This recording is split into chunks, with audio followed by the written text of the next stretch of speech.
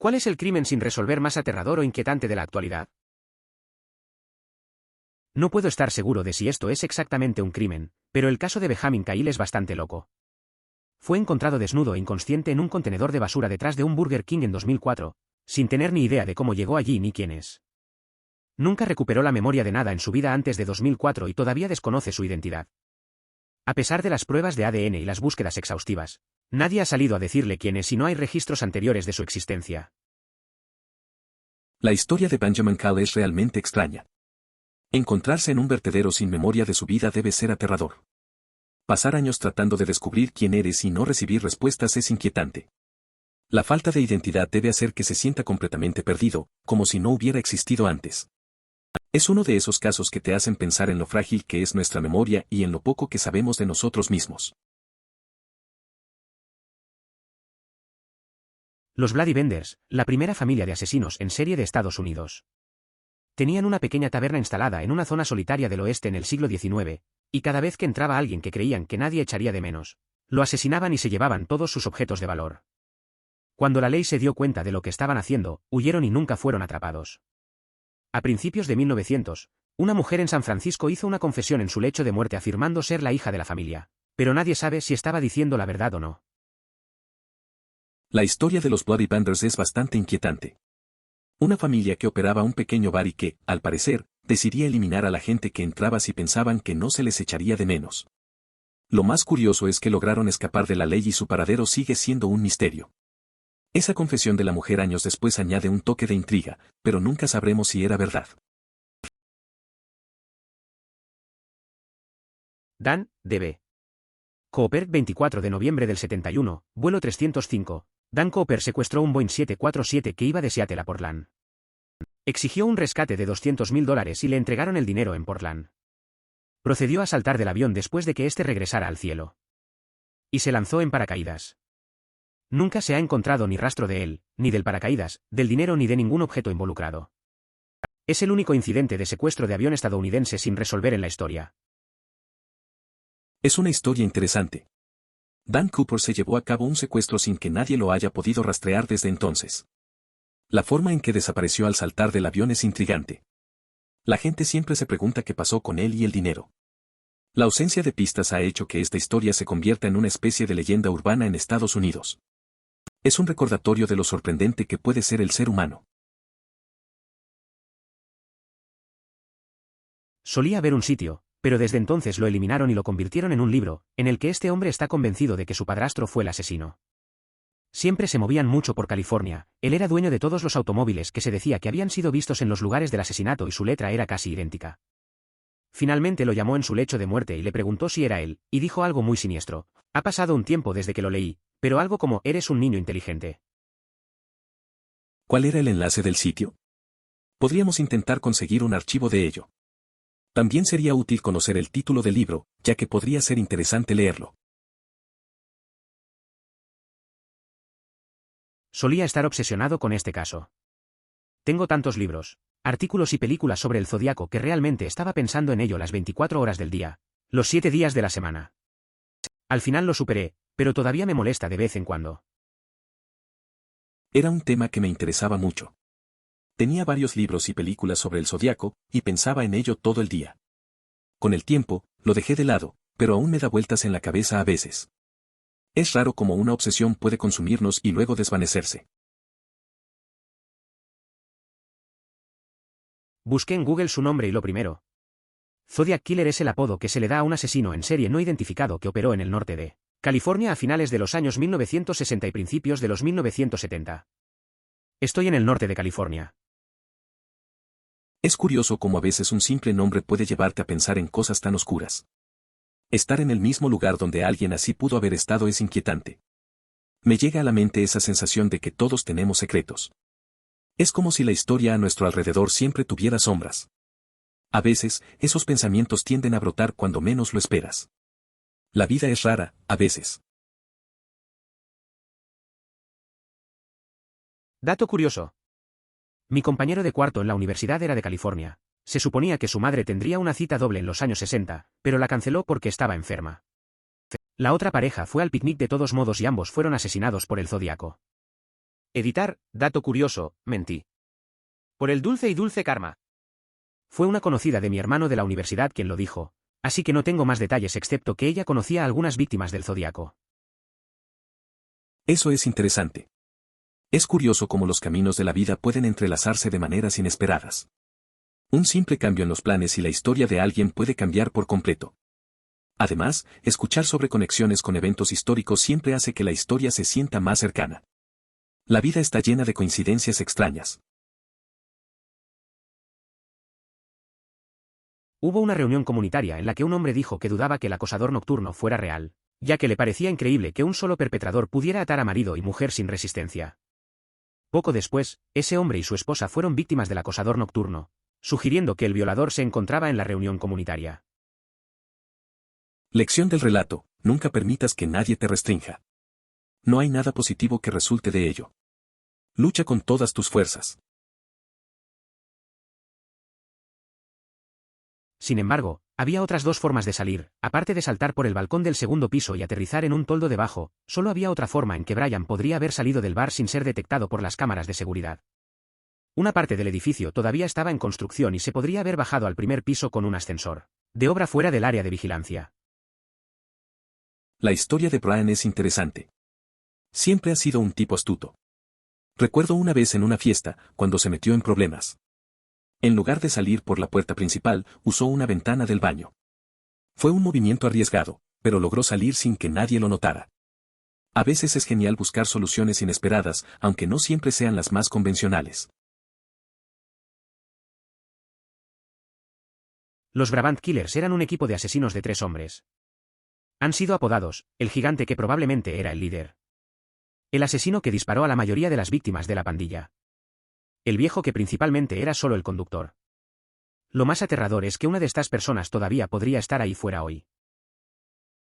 Es inquietante pensar que personas como esas pudieron existir y que incluso uno de ellos podría estar libre. La idea de un equipo así opera en la sombra, dejando un rastro de caos. Lo más extraño es cómo esas historias a veces se sienten tan lejanas, pero otras veces tan cerca, como si alguien estuviera observando. A veces me pregunto cómo se siente vivir con ese tipo de miedo en el aire. Sí, este es el que me molesta. Recuerdo haber visto Paradise Lost y luego, unos años más tarde, la parte 2. El padrastro es mi apuesta. El suyo fue el único ADN encontrado en la escena del crimen, que no pertenecía a ninguna de las víctimas. Creo que la razón por la que esta historia resonó en mí es porque los niños condenados injustamente me recuerdan a mi hijo, Damon en particular. Inteligente, articulado pero considerado extraño para los estándares de una ciudad pequeña. Fue aterrador ver cómo las preferencias musicales y la forma en que vestían estos niños eran una parte tan importante de por qué fueron condenados. Aterrador. Es totalmente cierto lo que mencionas sobre Damon y los demás. En mi opinión, se trataba simplemente de lugar. Para 1993, vestir de negro y escuchar música con letras satánicas no era tan inusual, excepto en el pequeño pueblo donde este joven desgraciadamente se encontraba atrapado. Eso fue tan extraño. Literalmente, un par de semanas después de eso, debía pasar la noche en Annecy, y de hecho lo hice al final, y mi familia estaba enloquecida por eso. A mi modo de ver, si hubo un tiroteo allí una semana, sería bastante improbable que hubiera otro en tan poco tiempo. A veces la gente se preocupa demasiado. Recuerdo una vez que mis amigos estaban nerviosos por una noticia similar. Planeábamos un viaje a un lugar que había tenido problemas, y yo les decía que era poco probable que pasara algo otra vez. Al final, todo fue bien y solo disfrutamos. A veces hay que tranquilizar a los demás y seguir adelante. Esto sucedió en mi ciudad natal de Ventura y es de lo único que habla la generación mayor por aquí. Preguntaré sobre más información que quizás no esté cubierta en el artículo de Wikipedia en mi próxima reunión del grupo de tejido esta semana. Me olvidé por completo de este caso y de cómo solía sondear más información a la gente sobre él cuando era adolescente. Es curioso cómo algunos eventos marcan tanto a una comunidad. En mi ciudad, también hay historias que todos parecen recordar. A veces, en reuniones con amigos, surge el tema y cada uno aporta su versión. Recuerdo cuando éramos adolescentes, siempre curiosos, preguntando a los mayores para entender lo que había sucedido. Al final, esas historias se convierten en parte de nuestro tejido social, aunque a veces queden solo en la memoria. Muy cierto, sobre Damon y los demás. En mi opinión, realmente fue solo la ubicación. Para 1993, vestirse completamente de negro y escuchar música con letras satánicas no era demasiado fuera de lo común, solo en el pequeño pueblo donde desafortunadamente este niño estaba atrapado. Entiendo lo que dices. A veces el contexto del lugar afecta cómo se perciben ciertas cosas. Recuerdo a un amigo que siempre vestía negro y escuchaba música pesada en un pueblo pequeño, la gente lo miraba raro. Para él, era solo música. Pero en esa atmósfera, él era el raro. Es curioso cómo el entorno puede influir en la manera en que vivimos nuestras pasiones. Quedarse sin resolver es desgarrador. El caso sin resolver el FBI llama cada pocos años y lo veo pasar por una especie de depresión severa, durante unos meses después, pero no habla de ello. Su hermano menor tenía 8 años en ese momento y habla de ello a menudo. Veo fotos de ellos con ella y están muy felices, luego fotos después y es como si la luz se hubiera ido de los ojos de esos niños. Recuperó algo de esa luz cuando tuvimos nuestros propios hijos. Es un gran padre. Este comentario me impactó aún más que la historia original. Las últimas 3 oraciones me hicieron emocionar, algo que ninguna otra narración en este hilo logró. Me alegra que haya recuperado parte de sí mismo con sus hijos, aunque es una situación verdaderamente lamentable. Agradezco que lo hayas compartido. Una vez que terminé de leer el libro de Gray Smith y el animal más peligroso de todos, investigué a cada sospechoso. Cada uno tenía alguna evidencia que los vinculaba con la escena de un crimen, pero no pensé que el Zodíaco fuera más de una persona. Sin entrar demasiado en detalles, si tuviera que inclinarme por alguien, diría que Earl Van Best Jr. es el indicado, principalmente por los cifrados. El inconveniente radica en que no hay absolutamente ninguna evidencia que lo relacione con el Zodiac. Incluso las afirmaciones sobre el cifrado carecen de lógica al analizarlas. En definitiva, no hay ningún argumento sólido que sustente una acusación en su contra. Creado con NetObjects Fusion. Haga clic en el enlace para ver si esa empresa desapareció en 1999. Crea hermosos sitios web de forma rápida y sencilla con NetObjects Fusion. La marca NetObjects ha sido sinónimo de software innovador de diseño de sitios web desde 1995. Aparentemente no, pero supongo que este sitio web se creó en 1995 y nunca se actualizó. ¿Te acuerdas de un amigo que usaba un programa viejo para hacer páginas web? Pensaba que estaba en la cima de la tecnología, pero en realidad estaba en modo retro. Cada vez que intentaba mostrar su trabajo, siempre había un par de amigos murmurando que se veía anticuado. Al final, se pasó a herramientas más modernas, pero esa nostalgia siempre quedó. A veces, lo simple tiene su propio encanto. Mientras dirigía el tráfico en un partido de fútbol local en Ohio State el año pasado, Edwards juró haber visto a Brian caminando por Lane Avenue. Resulta que en realidad era el hermano de Brian, Derek, que todavía vive en Columbus. Mierda, eso es una locura /diagonal increíble. Eso es curioso. Confundir a alguien con su hermano en medio de una multitud no es algo que pase todos los días. A veces, esos momentos te hacen parar y pensar en lo bien que conoces a las personas. Me imagino que para Edwards debió ser un momento extraño, aunque al final era solo una confusión familiar. Correcto, no son admisibles ante los tribunales y sirven únicamente como técnica de interrogatorio. Es lo más parecido a leer las hojas de té que se puede conseguir en un entorno moderno. Me desconcierta que el gobierno todavía lo utilice para la selección de empleo. Si se comprende bien el proceso, se trata de una técnica de interrogación bastante eficaz. No tanto el dispositivo en sí, sino el espectáculo que lo acompaña. Las personas tienden a ser más sinceras de lo que habitualmente serían. Odié absolutamente esa parte de la película. Una de las cosas más aterradoras que he visto en una película en mucho tiempo. Felicitaciones a ellos por asustarme muchísimo. Por supuesto, también odio las películas de terror. Siempre termino saliendo con una mujer a la que le gustan. Entiendo lo que dices. A mí también no me gustan las películas de miedo. Siempre hay una amiga que las disfruta y me arrastra a verlas. Termino tapándome los ojos o mirándome el teléfono.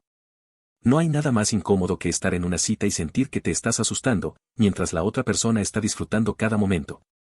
La tensión en el aire es palpable. Este comentario me afectó incluso más que tu historia original. Tus últimas 3 frases me hicieron llorar, algo que ninguna otra historia de este hilo me hizo.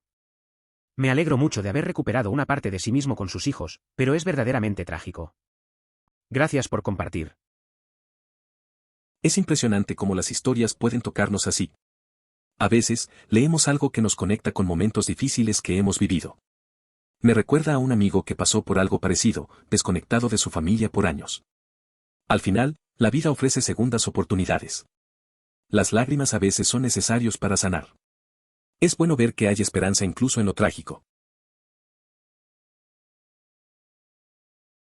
Esperaba que fuera solo una grabación de voz. Entonces van ojos y una respiración agitada y antes de que pudiera minimizar el vídeo, Kill Joe. Será mejor que le advierta a mi esposo que no podré estar sola en casa por un tiempo. Mientras, emoticono cara triste. Parece que tuviste un momento inesperado con ese video. A veces, esas sorpresas pueden ser un poco perturbadoras, especialmente cuando no te lo esperas. Probablemente deberías hablar con tu marido y decirle lo que pasó. Tal vez pueda hacerte compañía por un tiempo. No está mal tener a alguien cerca, sobre todo después de algo así. De hecho, me gustó más la segunda temporada. Pero definitivamente no estás solo, entiendo tu punto. Pensé que la historia era más débil en la segunda temporada, pero me gustaron más los personajes. Y no estaba tan oscuro. Es subjetivo. Estoy de acuerdo en que la percepción de las temporadas puede variar. Recuerdo que un amigo sentía lo mismo, prefería la segunda temporada por los personajes. A menudo discutíamos si la historia era sólida o no, pero al final, lo que importa es cómo te conectas con ellos. Es interesante ver cómo cada uno tiene su propia perspectiva sobre lo que hace que una serie sea buena.